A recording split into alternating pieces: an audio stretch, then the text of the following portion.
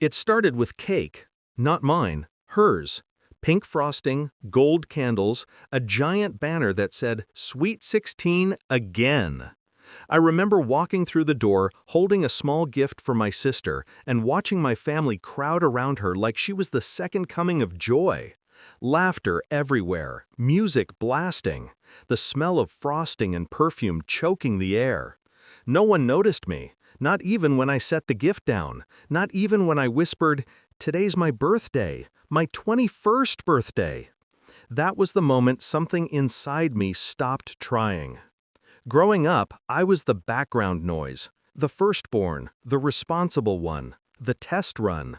My parents were too young, too busy, too tired. I learned not to need much. My sister came 5 years later, perfect timing, perfect smile, perfect storm. Everything I never got, she received effortlessly. I told myself it didn't bother me, but it did. At 16, I got a cheap cupcake and a "we'll do something next weekend." At 18, I got a card signed, "Love you, be safe."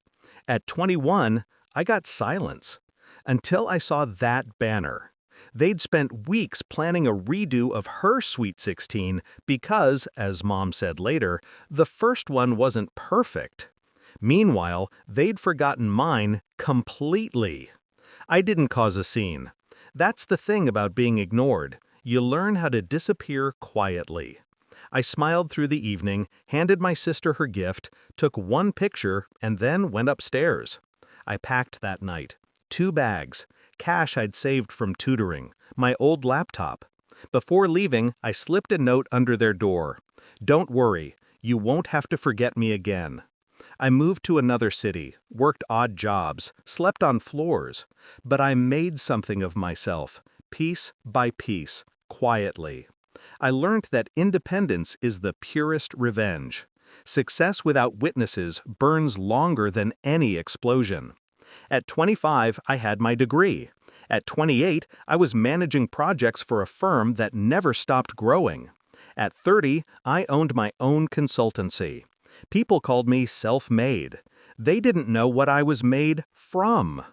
Years passed before my family reached out. It started with my sister, of course. She messaged me first, said Mom and Dad were different now, said they missed me, that they wanted to apologize. I didn't respond. A week later, my mother called. Her voice cracked before she even said my name. They'd fallen apart financially. Dad's business failed. My sister's college fund vanished in a bad investment. The same pattern I'd seen years ago, favor her, ignore consequences, had caught up with them. "Can we meet?" she asked. I said yes. When I walked into that cafe, they looked smaller. My father's hair had gone gray. My mother's eyes were red from sleeplessness. My sister sat between them, guilt written all over her face. "We were wrong," Mom said. It was the first time I'd ever heard her say those words. She explained everything. How they'd spent too much trying to keep appearances. How the house was nearly gone. How my sister had dropped out of college and was back home. Then she looked at me. "You always had sense. You always knew what mattered." I almost laughed. 10 years late, and now I was the voice of reason? They didn't ask for money, not directly. But I saw it in the way my father avoided eye contact, how my mother hesitated before sipping her coffee, how my sister glanced at my watch. That's when I realized this wasn't closure. It was another setup. So I told them the truth. Calm, precise.